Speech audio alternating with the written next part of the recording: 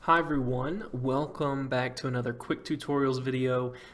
This one is going to be all about creating assignments for your kids to do inside of Seesaw. I know that most teachers focus on Seesaw and they find that stuff that other teachers have created, but I know I have a couple of teachers who are interested in creating their own content but may be a little bit confused about how to go about doing it.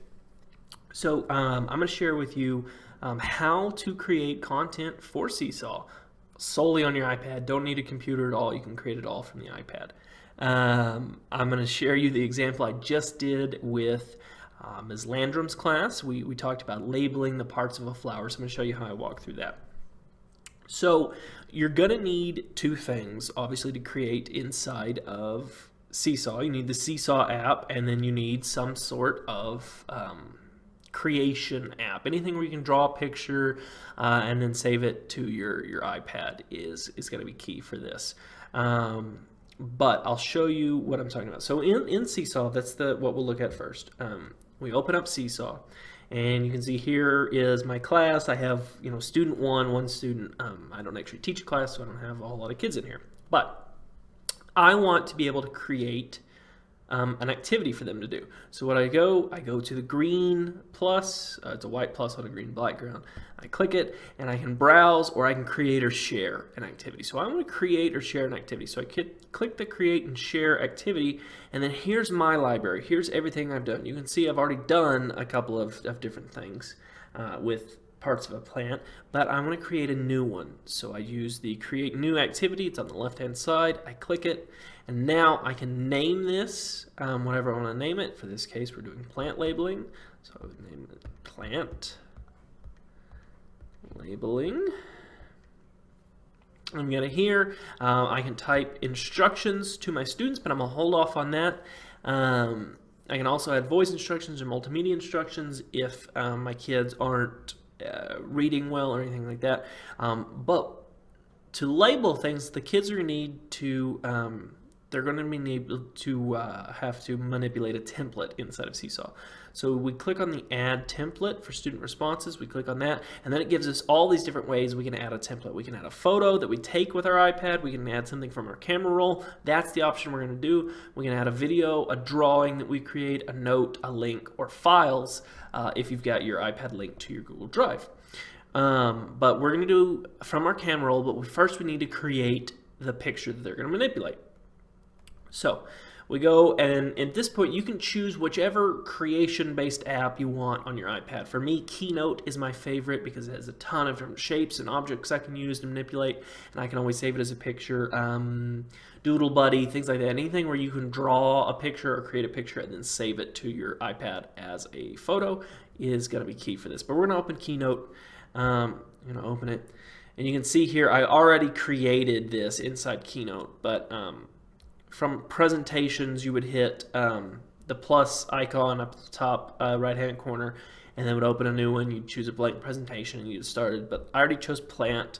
I've showed you guys how to use Keynote on a couple of different videos, but I'll just give you a refresher. You hit this plus icon in the top right hand corner anytime you want to add a new photo, video, shapes. Here you can do objects, animals, natures. I did to create this particular shape, I searched for a flower in that section, then I added a line that I changed the thickness and color of, and then I searched for leaf, and I found leaves, and I manipulated the direction that they went, and then I added the draw feature, which is on, again, that plus sign, and then you go to the miscellaneous section, drawing, and I drew the roots, and then I added more lines for the spots where the labeling will go. Once I've created my picture and I'm happy with it, I'm ready to save it as a photo. That way I can actually add it into Seesaw. So in order to do that, I just hit those three circles in a row, and I'm going to export, and I want to export as an image. I'm going to export it as a JPEG, which is fine. I'm going to hit export. And then it's going to ask me, how do I want to send it? Do I want to send it to my drive, to save as a PDF, assign it to a contact? I just want to save it to my images. So I'm going to hit Save Image. And then I'm good to go with this. I can just press the home button and get out of it. Now I go back to my Seesaw. I'm here. I want to add a template. In this case, we're going to add something from our camera roll. We hit camera roll.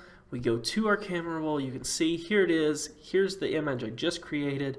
Hit that green check mark, and now I've got this image.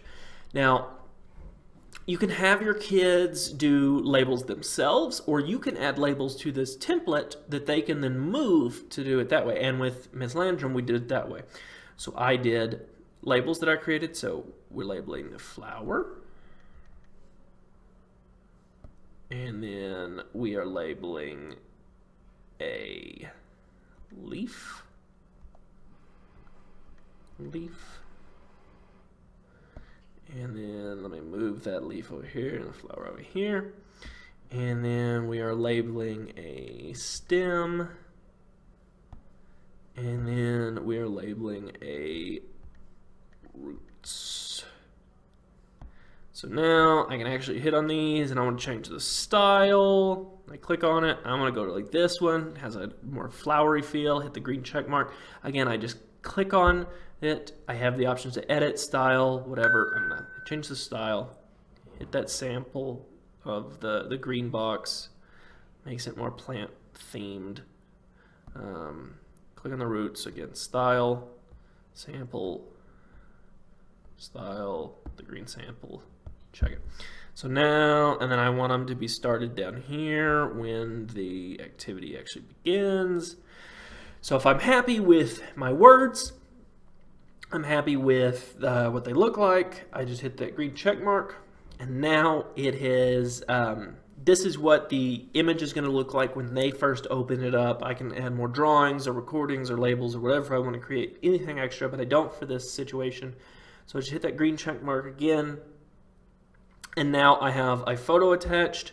You want to type in instructions for your kids. I'm not going to actually type in instructions because nobody's going to use this one, but this is where you type in the instructions, like click on the plus icon to add it, click on the label button to move the things. You've seen what Seesaw instructions typically look like, and you just want to copy those to have your students be familiar with them. Once you're happy with all of this, you hit save. It saves it. Now you have the option to share. So you hit the green share button, and I can share it with my class.